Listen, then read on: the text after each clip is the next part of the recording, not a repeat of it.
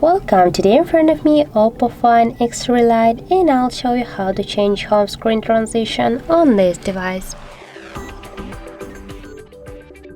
So first you should hold for a while your screen, and now just here on this section you'll see the transitions icon.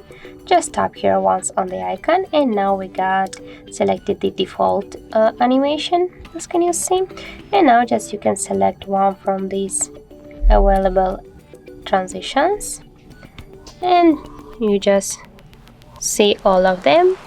And for example, I'll go with the real one, and just to save the changes, go back twice, and as can you see, our home screen transition has changed successfully to the real one.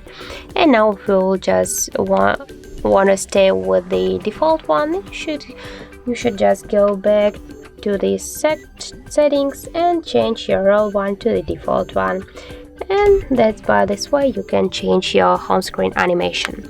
So that's how it looks. If you find this video helpful, remember to leave a like, comment and subscribe our channel.